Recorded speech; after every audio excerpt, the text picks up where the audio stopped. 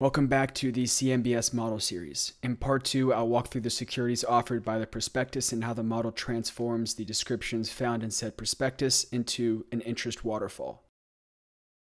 Let's start with the heart of the model, the amortization engine. In this asset pool, there are 73 commercial real estate loans originated by a variety of banks. If I were to try to model all 73 of those independent assets in the worksheet, I would need 73 amortization tables with prepayment, default, special servicing fees, and master servicer advancement. That would not only be very time-consuming to build, but also hard to check for errors. In a larger transaction, or with a different kind of security with hundreds of assets, it would be impossible to model all of the loans within the worksheet. So Visual Basic for Applications, or VBA, is necessary here. However, the VBA works just like a worksheet amortization table. The VBA engine reads every row until it meets a blank row, using that number as the total number of loans. If you're familiar with arrays, that number is then used to size those arrays. Then relevant information on the worksheet is loaded into those arrays. For each loan, the engine calculates payment, interest based on the beginning balance, and principal payment. If the loan is in its final month, then the payment is the remaining balance less interest for that specific period. In that way, the amortization engine calculates balloon payments. One important caveat is that prepayments and losses are not applied loan by loan. Instead, gross pool balance is used to calculate both prepayments and losses. A more accurate model would forecast prepayments and default for each loan individually. Of course, since this is CMBS, prepayments are less of a concern. In the amortization engine, you can see how the model transforms those loan level inputs into a stream of cash flows. Our first default is in period 8. After 12 months, 30% of the principal is recovered. With that default, the master servicer has begun advancing payments of both principal and interest. As you can see in column T, the engine also keeps track of the loans in default. In each period, the special servicer takes a fee as a percentage of the total loans in default. In period 20, which is when the defaulted loan is recovered, only 99% of the recovered principal is returned to the pool. The special servicer keeps 1% of the recovered principal as a fee.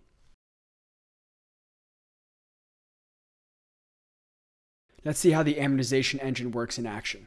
I'll turn off servicer advancement, reduce defaults, and add prepayments.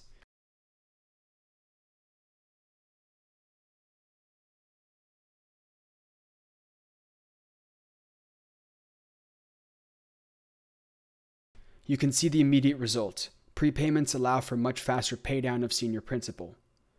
But the result of that is that those senior tranches earn less interest. You can also see the relationship of the senior tranches with Class A SB. With prepayments now in place, there's enough principal to meet the minimum Class A SB balance and continue to pay off Class A3. You can see how changes in inputs affect the loan amortization. There isn't any more servicer advancement, defaults are 20% lower, and prepayment at a high rate begins immediately. I'll reset prepayments to 0 to more accurately reflect how the pool will amortize.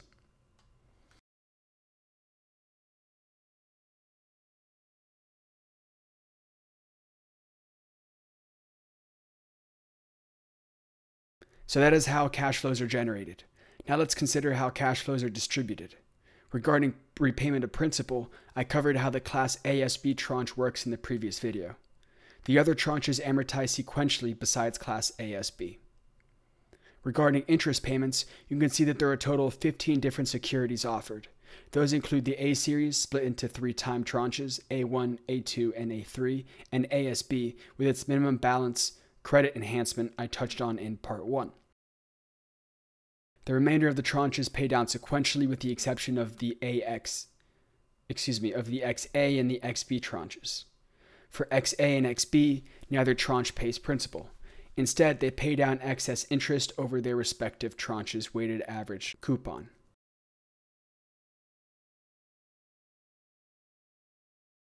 In terms of how interest is to be paid to each tranche, there are 4 kinds of interest payments: fixed, WAC cap, WAC, and variable. Within variable, there is the XA variable and XB variable interest payment type. Jumping over to the key terms worksheet, we find the following explanations for each kind of interest payment. Fixed is a fixed rate per year. WAC is a variable rate per year equal to the weighted average of the net mortgage interest rate on the mortgage loans. WAC cap is equal to the lesser of a fixed rate per year equal to the pass-through rate set forth opposite to such class. That is the rate specified by the prospectus and the WAC of the pool. Variable for class XA is equal to the excess of the weighted average of the net mortgage interest rates on the mortgage loans for the related distribution date over the weighted average of the pass-through rates for class A1, class A2, class A3, and class ASB, weighted on the basis of their respective aggregate principal balance outstanding immediately prior to that distribution date. For variable XB, the description is similar, but instead of the senior tranches, excess interest is stripped off the Class B and Class C certificates. In terms of the principal balance for the XA and XB tranches, principal balance is determined by the sum of the principal balance for each tranche from which interest is stripped. In the case of XA, that is A1, A2, and A3, and ASB. For XB, that is tranches B and C. In the Waterfall Interest tab, I translated the descriptions of interest payments found in the prospectus into Excel formulas. Tranches A1 through B are straightforward as they demand a fixed rate. Each tranche demands its respective fixed rate multiplied by the beginning pool balance for that period, with the day factor used to calculate the correct monthly amount. If you're curious how the day factor method works, check out my 2-video RMBS series.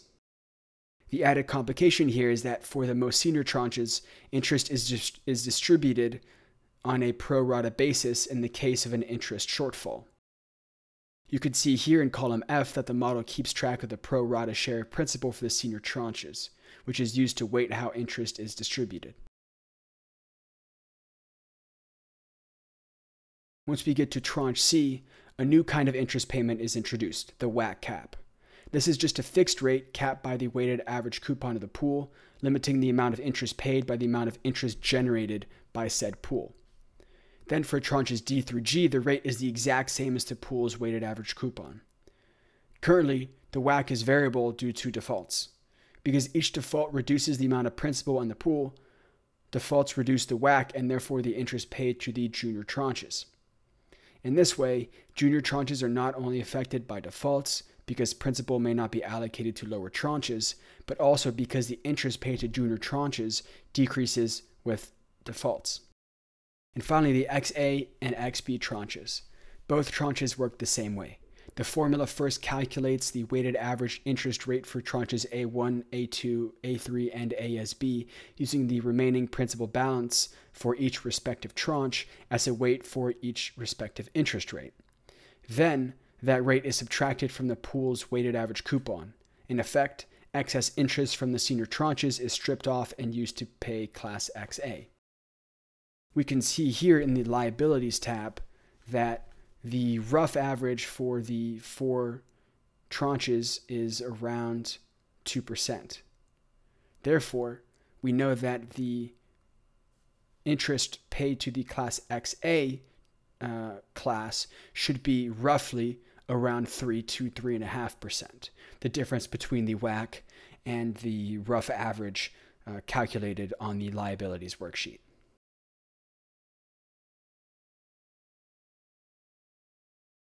So that gives a brief overview of how the amortization engine works and also how the waterfall for the interest payments works.